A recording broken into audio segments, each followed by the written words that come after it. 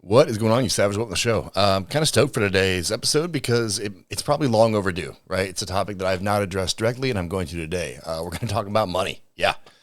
So before we get into that, do me a solid. Head to traviscrutcher.com. Bang around over there. If you're interested in speaking, consulting, one-on-one coaching, right? Podcast launch stuff, or the Grind Syndicate, please check that over there. Also, I'm going to tell you first, over the weekend, keep your peepers popped because I'm going to launch some ugly Christmas sweatshirts on Tear It Down Apparel that I'm really jazzed about. So, yeah, I'm going to announce that on social over the weekend, but you get to hear it first. So if you're quick, right, probably Saturday morning, you can grab them before anybody else and you can wear them and look amazing for Thanksgiving and the rest of the holiday season. Anyway, I'm going to now shut up so that I can thereby talk some more.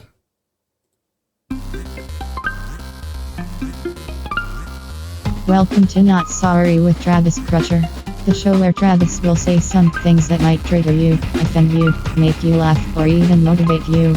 So, if you're not easily offended, stick around and enjoy. On the other hand, if you are easily offended, listen anyway. Then go tell everyone how triggered you were. Either way, you can be certain of one thing. Travis is not sorry. All right, here we go. We're diving into it. We're diving into a money conversation. I'm not going to tell you how to make more. I'm not going to tell you, what I've done in my business. But what I am going to talk to you about is some of the myths, some of the things that fucking jam people about money, and we're going to give you a strategy, okay? Here's the reason I want to do this, because I cannot tell you how prevalent of an issue money problems are, right? Not just not having enough, but freaking out about money. Look, I do it too, right? It doesn't matter how much I make or how successful I become, like what the bank is telling me, like because I came from a place where I don't have money, I freak the fuck out about money all the time. And it never goes away. And so these are some of the reasons why it happens. We're going to talk about 3 reasons why people fuck up having money. But before we get into it, I want, like, the old adage of money doesn't buy happiness. I'm going to call bullshit, okay? Like, I get it. It doesn't buy direct happiness, but it sure as hell buys freedom. It buys options, buys the ability to live your life the way you want. So this is designed to help us stop sabotaging ourselves when it comes to money, okay? So here we go. We're going to get into 3 things that fuck us up, right? Number 1, overspending, right? Some people are spending money like, it's water, right? You get it, it's gone, and then you wonder why you're strapped for cash every month, right? Here's the deal. It's not just the stuff you're buying, it's the high you're chasing, right? And this is true, right?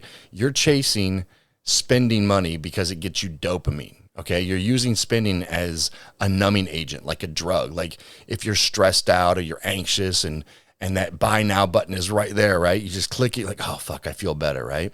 But all you're doing is wrecking your future, right? One impulse buy at a time. Like this has been something that's gone on since forever ago. Like when I was a kid, there was the Home Shopping Network, right? And people joked about like sad, depressed people who spend all night on the Home Shopping Network buying shit they don't need. But now it's right in the fucking palm of your hand. Now you've got that one click, right? You got Prime, dog. You get that shit today. And it feels good for a second. But I want you to seriously think for a second, how much shit have you one clicked? And if I said, go grab it right now, you wouldn't have a fucking clue where it's at. You have no idea where that thing is that you bought. And it was the hotness, right? Like the thing you had to have. And now you don't even know where the fuck it is, right? Because all you're doing is chasing that dopamine hit that you get from like, I get a thing, I get a thing, I get a thing. And it is a built-in reward system in the human brain, right? So don't feel bad about it. It's not something that you should be ashamed of, but it's something that you need to get control of. Because if you've got your home filled with shit that you don't know where it is, but it was the new hotness when you one-clicked that bitch and you got no money in the bank, that's problematic, right? I mean, I don't know what you're going to do with 37 scrub daddies. I just don't know, right? So if that's you, right, chill out. Don't hit the button, right? Budget. Wait. Give yourself 5 fucking minutes. Go do exercise for 10 minutes and see if you still want that thing you were going to click on, all right? Number 2, this is a big one, right? Under-earning. Right? Now, here's why this is a problem, right? And this is something that I talk to clients about all the time because they've been in a role for years, right? And they've not gotten a promotion or they've not gotten a raise or any, and it's crazy. Like when I left the corporate sector, this was one of the final things that pushed me out the door was, I was a salaried employee and I was getting paid that salary, period. That's it. That's all you're going to get, killer.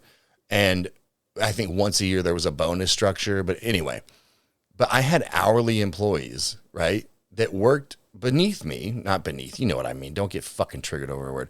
But my direct reports working with me who earned more than me because they were hourly, right? And so they could game the system, pull overtime, all this shit. And it was like, it doesn't make any sense, right? And so under earning is something that fucks us up. But here's what the real problem is people are afraid to ask for more, right? Why? Because you're terrified of rejection. So you play small. You settle for that mediocre ass paycheck like I was, right? Thinking like, who am I to ask for more? Like, you're worth it. If you say you're worth it, right? But if you keep hiding from what you deserve, guess what? The universe isn't going to magically hand it to you. It's up to you to demand it, right? Otherwise, enjoy watching everyone else get ahead while you sit there paycheck to paycheck. I mean, it's just the way it is. I remember even in the military, right, where there is a bona fide, no shit, no wiggle room pay structure based off of your rank and time in service. This is not a joke. And I remember he looked at me like I was a fucking asshole, but it didn't stop me from saying it.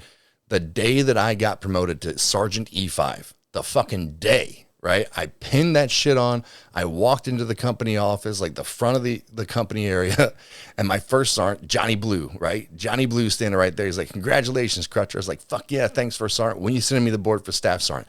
That's minutes after being officially promoted in front of everybody. I'm already asking, when am I going to the next thing? And that's what it's about, right? You've got to be hungry. You've got to ask, because here's the deal. I don't want to take away your special snowflake status from you, right? But the reality is you're one of hundreds or thousands of fucking employees for your organization. If they don't hear your voice, they might fucking forget you're there.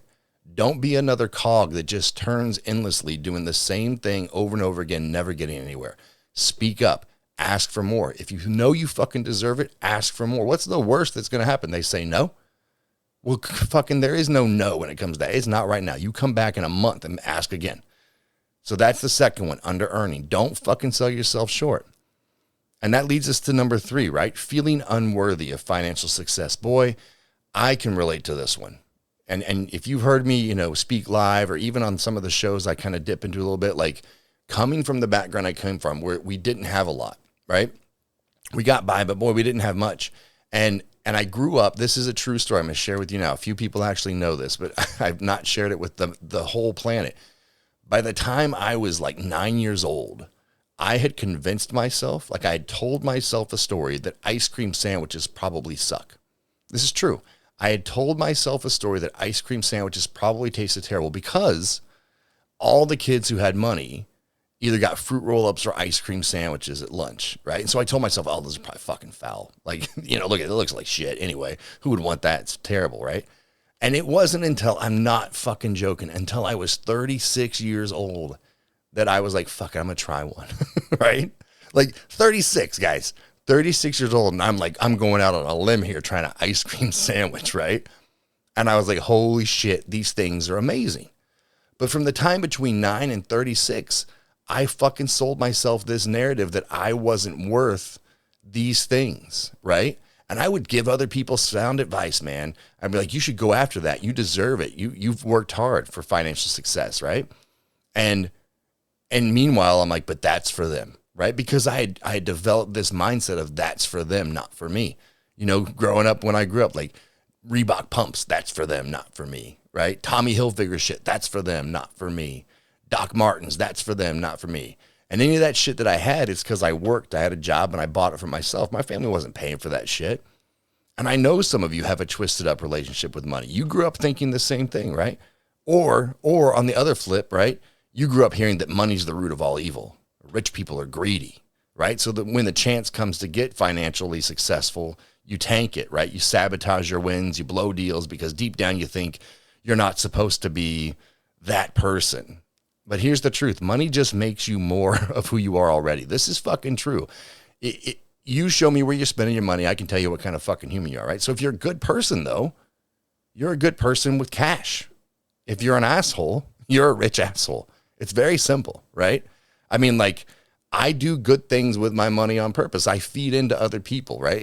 It's part of what brings me joy. Now, on the flip of that, I know some real dickheads who have a lot of money, and they have a lot of cool toys and a lot of sexy stuff, but boy, they don't have anyone in their fucking living room at night. They are alone. They are alone because they're assholes. Okay? So don't sell yourself that narrative, right? That you don't deserve it because you didn't have it, or because you've heard that it's only the root of all evil, right? So here's the strategy for fixing it, right? This is the one key strategy that I want you to take away today. I want you to shift from consumer to creator. All right, I'm going to say that again. Shift from consumer to creator. Because most folks are locked in this loop of consuming shit we don't need, right? To fill a void, right? Whatever it is, it's some emotional thing. We're not feeling great. It's just that dopamine hit we already talked about, right? But creators, they think about what they're putting into the world. They build, they invest in themselves and their growth, not in quick fixes or shiny objects, right? Not that one click button, not that buy now shit, right? So here's what I want you to do. I want you to start taking that energy that you waste on your wants and flip it to focus on what you're building. Take one day a week and look at your bank account. Take stock of where your money's going and ask yourself, is this shit really serving me or my dreams? And if it's not, cut it loose, get it gone, right? Because that is how successful people stay successful, right? You know, when I'm looking at my budget for the month, this is true. I look at my budget for the month and I see all these different places I can drop cash. But if I haven't done the business side first, right? Like, of course, the essentials, right? Bills, groceries, all that stuff happens first. But then when it's time to like start parsing out anything else, I do business first, right? Or I do well-being stuff for me and the tribe first. Like that stuff is more important than, you know, the fucking shiny object, right? Because that shit's fleeting. So I pay into the things that are going to be long-term for me first. And that's the difference between being a consumer, right, and a creator. So stop making excuses, right? So money isn't some dark mythical force holding you back. It's your bullshit stories around it that are keeping you broke and stuck and dreaming about a life you'll never get if you don't wake up and start fixing your relationship with money. All right. So take that time, and it doesn't have to be all day, but just pick a day every week where you're looking at your finances and going, where the fuck is this stuff going? And if it's bullshit, if it's stuff that's not taking you to the next level, the next step to where you ultimately want to be in life, then cut it loose. You know, it's one of those things like I am so comfortable downgrading my lifestyle for a month to have the life I want for years.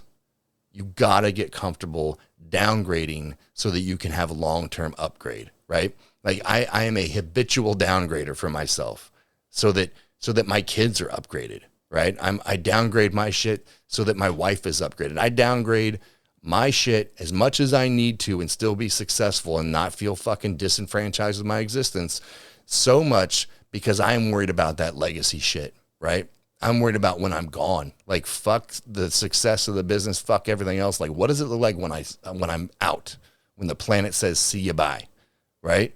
What do I leave behind there? Because I'll tell you what, when I look at where my money goes, I can promise you I'm leaving behind solid fucking memories. I'm leaving behind a legacy of like, I loved on my fucking family and they knew it, right? They knew that I worked hard and I provided for them, and they've got something to show for it.